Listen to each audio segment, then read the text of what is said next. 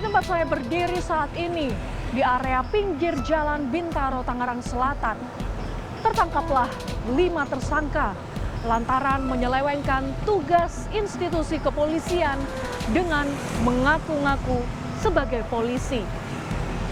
Kelima tersangka ini terbukti bersalah akibat aksi pemerasan terhadap korban dengan menodongkan senjata kepada kaki korban. Lantas, bagaimana kronologi kejadian dan apa modus yang dilakukan pelaku untuk melancarkan aksinya? Ikuti terus penelusuran kami hanya di Gelar Perkara. Perkara berawal atas pengakuan korban. Pada malam kejadian, 5 orang menggunakan mobil dinas polisi mendekatinya. Korban yang ketakutan lantas melarikan diri. Dengan pengeras suara dan tembakan di udara, kelima pelaku mengejar korban. Di dalam mobil, korban diintimidasi dan diancam untuk menyerahkan uang. Jadi kronologinya saya sedang nongkrong di sana, lalu saya melihat dari ujung sebelah kanan saya ada mobil polisi yang sedang menginterogasi korban lainnya. Karena saya takut, saya melarikan diri. Namun polisi itu bukannya menginterogasi pelaku lainnya, malah mengejar saya. Lalu saya dikejar menuju arah pulang, dikejar. Lalu dia melakukan penembakan dari dalam mobil.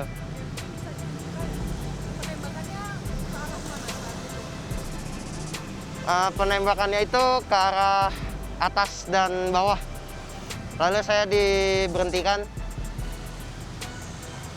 dan saya ditanya-tanya. Saya dipaksa untuk menaiki mobil pelaku. Lalu saya ditakut-takuti ingin dimasukkan ke polsek. Lalu saya ditodong dengan pistol punya dia di kaki dengkul sebelah kanan, ditodong seperti ini. Oh, seperti itu Iya. dia menunjukkannya ya. Oke, tadi Mas tadi kan sempat ditanya kamu punya uang berapa dan segala macamnya. Kira-kira apa tujuan dia menanyakan itu saat itu, Mas? Tujuan dia untuk memeras saya, namun belum sempat mengambil semua barang-barang saya.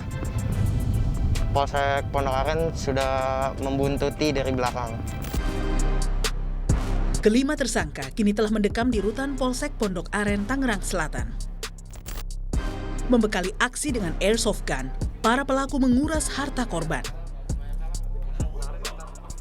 Dan kamu melakukan modus pemerasan ini di mana? Kita sih lebih seringnya bubarin orang-orang nongkrong, apalagi kan sedang PSBB begini. Itu yang target utamanya sih, kita mencari yang nongkrong-nongkrong. Oke, kenapa kamu mengajak mereka untuk berkeliling seputar kawasan Tangerang dan juga Jakarta?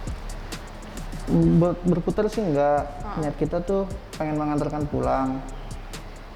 Kita menanyakan apakah korban memiliki uang atau tidak. Niat kita tuh mengasih agar dia pulang. Terus kita berhenti satu titik, kita menolongin dia.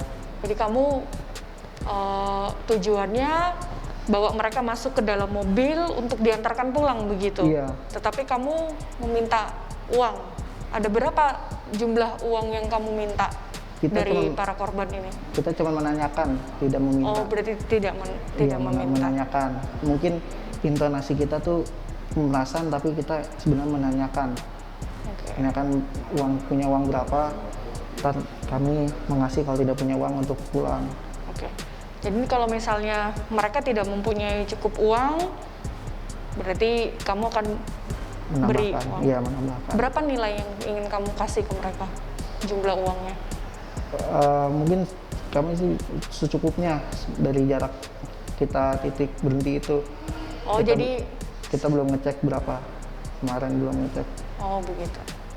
Kita yang kemarin itu cuman bunyi mau menegur, terus ada pemuda kabur. Oke, terus kamu menggunakan alat apa saja dan yang kamu gunakan? Teman saya ada yang membawa senjata airsoft, dan itu kita gunakan untuk agar korban tidak kabur. Jadi itu cara kamu meyakinkan kepada korban ya bahwa kamu benar-benar seorang polisi begitu? Iya, dan mobil juga menjadi apa ya, sebagai agar korban meyakinkan juga kita polisi. Oke. Dari mana kamu mendapatkan barang-barang ini? Ada 3 senjata yang ditemukan dari pihak kepolisian, kemudian seragam dan juga mobil yang kamu gunakan ini juga berplat nomor polisi. Itu dari mana kamu dapatkan? Kalau senjata sih yang saya tahu sih punya teman saya, dikasih. Kalau yang atribut itu saya dikasih juga. Kalau plat saya bikin dan beli. Untuk menakuti korban, selama beberapa kali para pelaku memutari kawasan Polsek Pondok Aren. Tanpa diketahui, petugas Polsek mengikuti mobil para pelaku. Saat disergap dan diminta menyerahkan kartu identitas, aksi gagah-gagahan polisi gadungan akhirnya terungkap. Kita mencurigain ada sebuah kendaraan plat dinas nomor polisi pada jam 3 pagi. Mobil ini melintas 2 kali dan sempat berhenti di depan Mako Polsek. Kebetulan saya sendiri ada di Polsek, dalam hari ini masih berkumpul dengan perwira yang lain. Saya perintahkan anggota saya yaitu Panit Resmob, yaitu Ibda Deninova berserta timnya untuk melakukan pembuntutan terhadap kendaraan yang kita curigain. Saya perintahkan untuk dilakukan pemeriksaan. Jelang beberapa waktu saya mendapatkan telepon bahwa mobil tersebut sudah dihentikan dan dilakukan pemeriksaan. Saya perintahkan untuk ditanyakan identitasnya. Ya, kemudian anggota menanyakan identitasnya bahwa mengaku anggota Polri dari Mabes Polri. Dimintalah keterangan identitas kendaraan tersebut. Ternyata 5 pemuda itu tidak bisa menunjukkan identitas kendaraan. Ya, dia menunjukkan hanya surat jalan. Modus mereka itu ya dia random ya, mencari korban-korban di bawah usia pelaku ini. Dia mencurigain misalnya ada pemuda-pemuda yang nongkrong, kemudian memakai toanya itu. Dia berkomentar menyampaikan bahwa kau telah melakukan atau menyerempet kendaraan saya gitu. Kemudian 5 pemuda yang mengaku dari kepolisian itu meminta dokumennya. Setelah tidak bisa menunjukkan dokumennya, korbannya itu dibawa ke mobil, dibawa mutar-mutar. Kemudian disitulah ada eksekusi, melakukan penodongan sambil menunjukkan videonya itu dan melakukan intimidasi. Kau mau nggak seperti ini? Sambil 5 orang itu peranannya masing-masing melakukan penodongan terhadap korban yang dibawa itu. Ya tentunya kita diketemukan 2 alat bukti. Ya kan, ada korbannya. Korban itu ada di dalam mobil pada waktu kita tangkap. Kemudian kita periksa seluruh kendaraannya itu di dalam, kita temukan 3 pucuk senjata api. Kemudian ada ID card anggota Polri. Ini adalah tentunya NRP-nya juga salah semua. Kemudian ada atribut-atribut lambang-lambang Polri kemudian ada 3 HT, dan ada dokumen-dokumen yang saya katakan itu palsu, misalnya STNK dinas palsu, plat nomornya juga palsu, dan lain-lain. Menurut kacamata kriminologi, eksistensi kelompok menjadi pencetus utama para pelaku beraksi. Gaya hidup para pelaku sebagai aksi unjuk keberanian. Dari pandangan Ibu sendiri, bagaimana melihat kasus ini secara garis besar, Bu? Iya, kalau saya melihat di sini ada 2 hal ya yang bisa ditangkap, yaitu adanya geng-geng. Sebenarnya latar belakangnya adalah geng, ya, geng-geng anak muda yang sebetulnya mereka membangun satu value yang agak berbeda, ya. Dalam konteks ini adalah value atau budaya-budaya kekerasan yang mereka bangun dalam konteks pertemanan.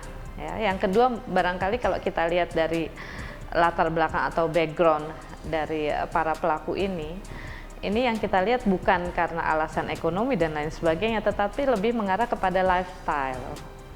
Ya, gagah-gagahan lah bahasa sederhananya. Gagah-gagahan, siapa yang makin berani dia makin keren. Ini kombinasi antara apa yang menjadi konteks budaya kekerasan sebagai budaya di dalam kelompok yang kemudian didorong juga dengan pilihan dari lifestyle anak-anak ini, itu yang memicu mereka untuk kemudian melakukan satu tindak pidana yang relatif berani gitu ya, dan barangkali juga agak mengerikan karena penuh dengan kekerasan di dalam melakukan aksi-aksi mereka. Ya, biasanya kalau kasus seperti ini, target dari si pelaku sendiri itu seperti apa, Bu? Kalau kita bicara target, biasanya kita ini tidak ada target. Suatu bentuk kepuasan dari dia. Bentuk kepuasan, kesempatan yang mereka dapat. Jadi memang kita nggak akan lihat semacam apa yang menjadi target korban, siapa yang kemudian akan menjadi korban. Setiap kali ada kesempatan mereka untuk show off, untuk melihat atau mengedepankan jati diri mereka, ya, dengan tadi gagah-gagahan tadi, ya, makin gagah, makin keras yang mereka lakukan, maka jadilah mereka melakukan tindakan itu. Bahkan dari kasus ini, pelaku dikenai ancaman hukuman 9 tahun penjara.